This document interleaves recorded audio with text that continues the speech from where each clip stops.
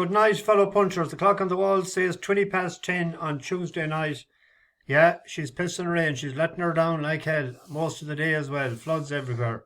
I was doing a bit of driving on country roads today, and I'll tell you, you wouldn't want to get broke down.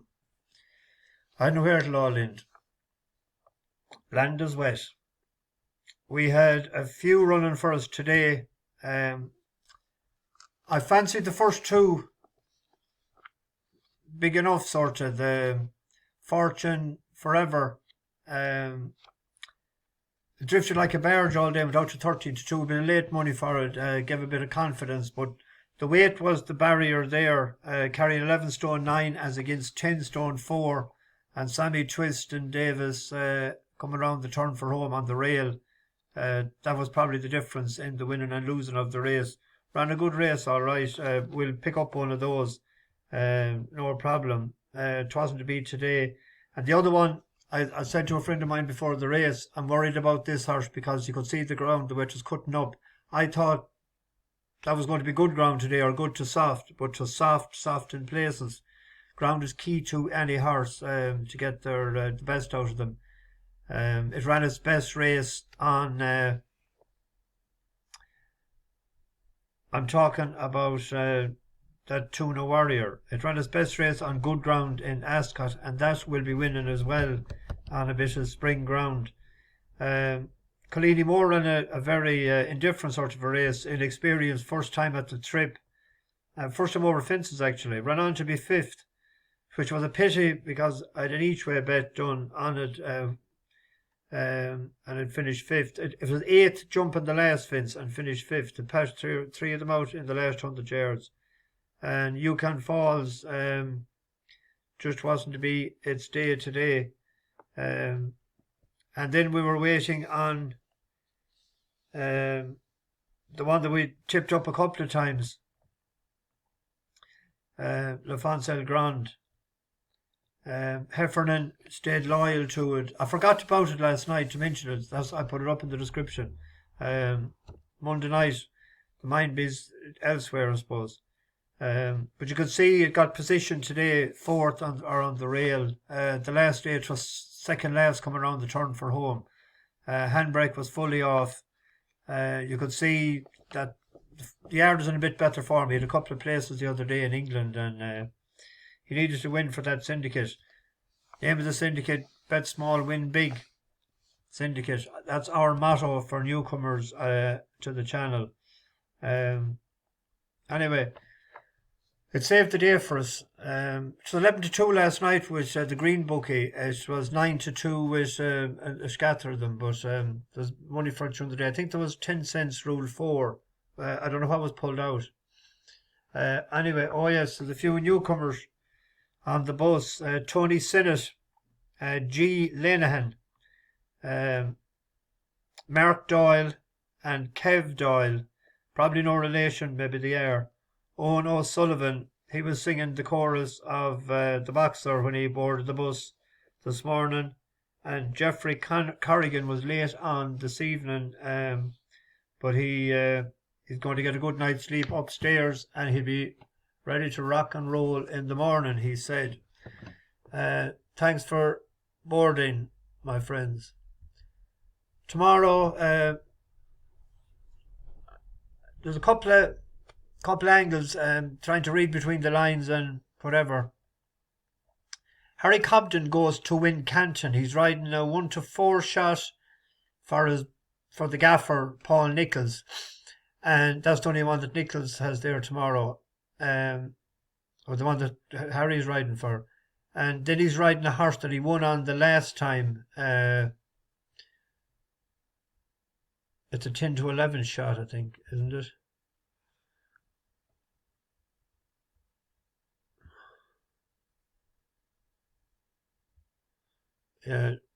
Nicholls has one there. If that was good ground, I'd like that Sabrina, but soft, good to soft doesn't. It won't be.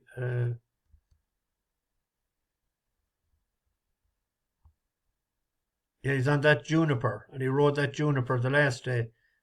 But he stays around then to the last race to ride one for David Pipe. And he has had 6 rides for David Pipe this year, and he's won 2 of them. And I think he had only 1 ride last year, and I don't think he had anything previous to that I could see. But the favourite one in Sedgefield is up £9. But I prefer the run of the 4-year-old French bred for David Pipe. First run there in November, it was behind that Salver, who ran 3rd in the Triumph. First time in a handicap hurdle the last day. It ran well, as we'll see now. That's it out in front. Third, and then Champagne gives. Zufal is well back in 5th place, down towards the second last. Johannes just looks to have the measure now of Try the Money. From in 3rd, Dance Havana, and it's Johannes that's pulling clear of Try the Money, just edging away to his right on the far side. Johannes at the second last, got in a bit tight, not too tidy. Try the Money was better in 2nd place, heading right-handed, his right on the far side. Now Johannes is quite firmly ridden in the lead as they arrive at the final flight. Johannes not as far in front of Try the Money there, jump to the right. Johannes, Try the Money, is trying very hard in 2nd place. Inside the final 100, it's Johannes from Try the Money, and up towards the line, it's going to be Johannes who's going to hold on for a double for jockey Jack Tudor and trainer David Pipe. Try the Money ran a big race in 2nd.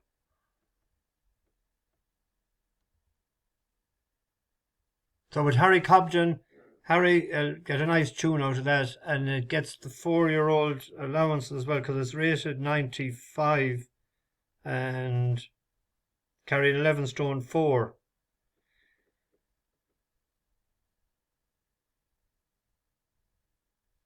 But getting £10.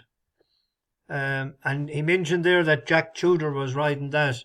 Jack Tudor decides to go to Hereford to ride a horse called Only Fools, a 5-year-old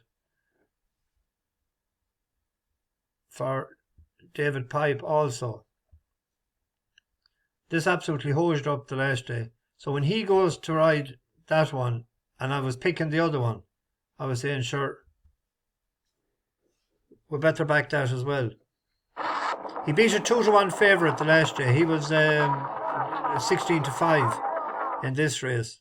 3rd, Sailing Grace. That's him in the white cap. Set in the West has now made a position as Miss Fedora blundered badly there at 3 out, and jockey looking down Shauna Houlihan.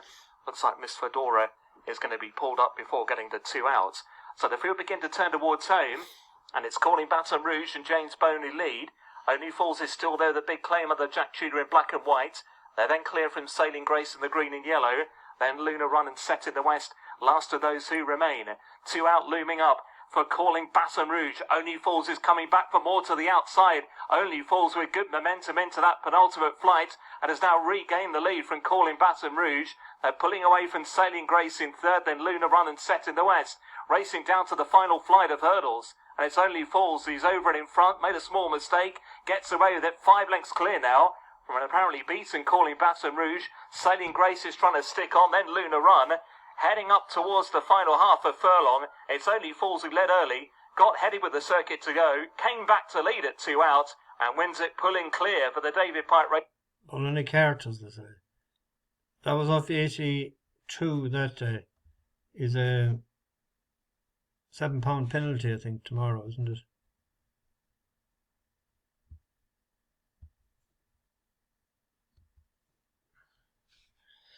£7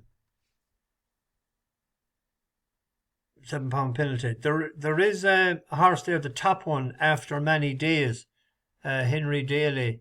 That was gambled on from 5-1 into 15-8 the last day in Southwell. So they must think that that's well handicapped as well. And it's dropped to £1. Hugh Nugent still keeps the ride. So the worst thing is well handicapped, but might do a little reverse forecast with them too, 6-1. There's a nice little racing tomorrow evening at Kempton on the Goo. There's a horse that done us a good turn a couple of times, but wasn't so clever the last day. Is Mount Athos. It's 3 for 3 at Kempton. I think we were on it the three times. It's a horse we've been following for a while.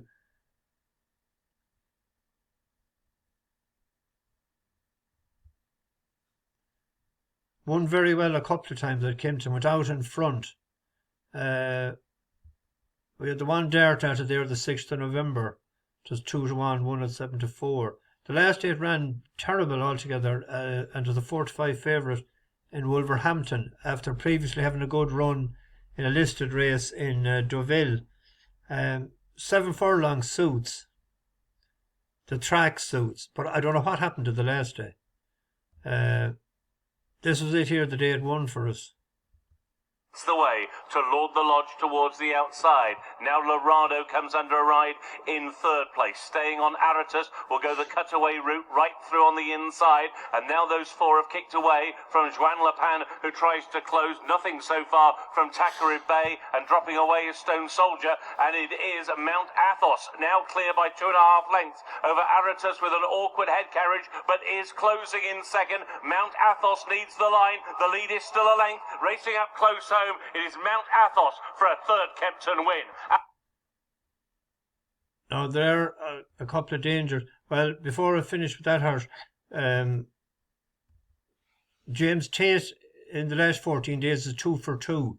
So the yard is in form. Better be 2 for 2 than 0 for 2. Now this must have a share for Johnny G. Johnny G is in form too. He's 4 for 9, nearly 45%. And Shadwell don't get rid of this. They just cut the nuts out of it and put it running again. But it ran decent enough the last time in after a break in a race. The positive impact one for the Crisfords. It's off 6-4 favourite, but I don't know. It after the gelding operation now, that could actually be a big threat tomorrow evening. And Arabian Storm as well is a decent horse, but hasn't ran since when did that run last? Listed race in Newmarket, but it's only 3/4 of a length behind. Should have been a ring. Good race tomorrow night, without a doubt. But if that gets the lead, and if it's in form, it might be hard pegged back by James Doyle. Anyway.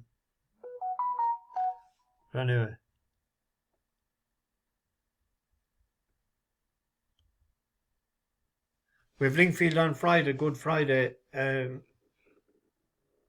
shops to be... Are they closed in Ireland Good Friday? Or is it Easter Sunday? They used to be closed for 2 days. I know they're definitely closed Easter Sunday anyway. I forget. Anyway, bash the bookies over and out.